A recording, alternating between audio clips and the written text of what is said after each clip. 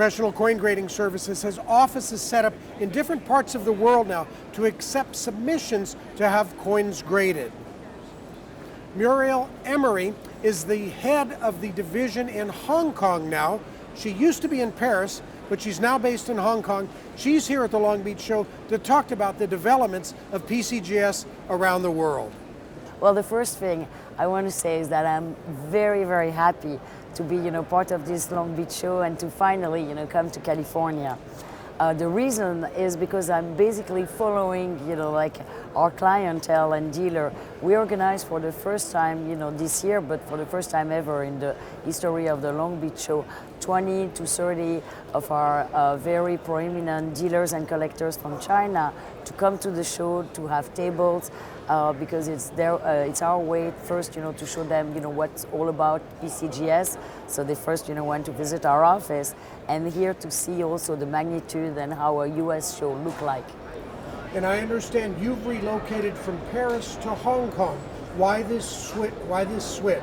Well, indeed, we started our international development by Europe because it was already, a sophisticated market, much more, mature. So we set up Paris about almost 3 years and a half ago.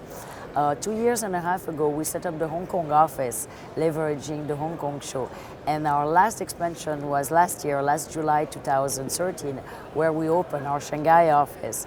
So now with 80% of our activities, and especially strong focus on getting, those new office grounded and ready, to grasp all the opportunity of the Asian numismatic market, it made more sense to be located in Hong Kong, traveling to Shanghai, every week, than eventually being based in Paris and doing the contrary. But we're still very happy with the European office. There seems to be a lot of interest in coins in China.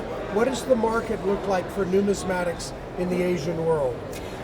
There is a tremendous history of numismatic experience and appreciation. So those civilizations, I'm not only talking about the Chinese, but also the Taiwanese, the Japanese, the Korean, have a strong numismatic collection, expertise and experience, and background and history. Right now there is two markets in China. You've got the modern market, which is more slightly investment, driven, and then you have the vintage market. In 2011, there was a bubble in the market, in China, that repercuted as well in Hong Kong, which is a big auction place, for Chinese coin. And there's been a severe drop on the coin price, both in the vintage and the moderns, starting 2011. But we start seeing now in the latest auction, both in Hong Kong and in Beijing, that happened a couple of weeks ago, a slight rebound of the pricing. And it seems that that bubble was actually welcomed by some of the people, at least on the vintage price, to readjust the price to a much more coherent market value.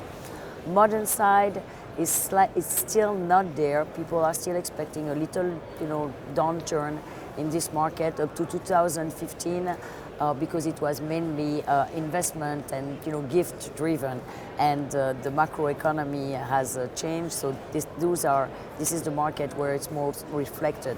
Now, having said that, if you put it back in the world context, this is not at all dramatic.